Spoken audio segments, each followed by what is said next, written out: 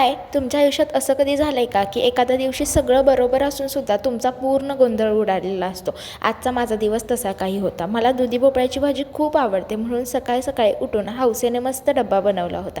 डब्बा भरताना मला एकतर डब्बा सापडत नव्हता, त्यामुळे मी मस्त प्लॅस्टिकच्या डब्यामध्येच पूर्ण डब्बा पॅक केला. कॉलेजला जायला खूपच उशीर झाला होता, त्यामुळे केस विंचरल्यावरती डब्बा पर्समध्ये ठेवू असा विचार केला आणि डब्बा जिथल्या तिथेच राहिला आणि मी पटकन आवरून कॉलेजला गेले. कॉलेज सुटल्यावर पण मी जुन्या सवयीप्रमाणे जुन्या रूमला जाण्यासाठी जिकडे रिक्षा लागायची ना तिकडे गेले होते आणि तिकडे गेल्यावरती माझ्या लक्षात आलं, अरे आपण तर आता नवीन घरी राहतो.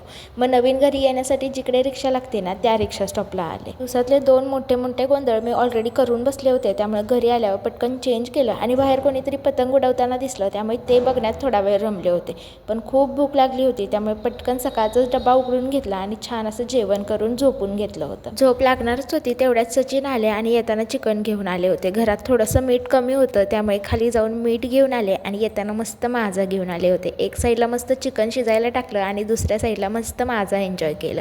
तेवढ्यात तिकडे बाहेर सनसेटसुद्धा झाला होता. मग काय, तिकडून तर मी अजिबातच हलत नाही. मस्त सनसेट एन्जॉय केलं आणि दिवसभरात ऑलरेडी भरपूर गोंधळ घालून झाला आहे असा विचार करून मी आणखीन गोंधळ नको म्हणून मस्त चिकनचा मसाला बनवला होता आणि चिकन बनवण्याचं मेन काम मी आपल्या मेन शेफकडे दिलं होतं. चिकन तर खूपच मस्त बनलं होतं, त्यामुळे घरी जाऊन थोडंसं घरच्यांना पण डब्बा देऊन आलो आणि येतानाच तिकडून मेहंदी लावून आलो आणि तिसरा गोंधळ करून आले. सगळ्या तोंडाला मेहंदी लागली होती. असो गोंधळ घालत घालत का होईना कसा बसा हा दिवस संपला आणि मी दिवसाचा शेवट केला.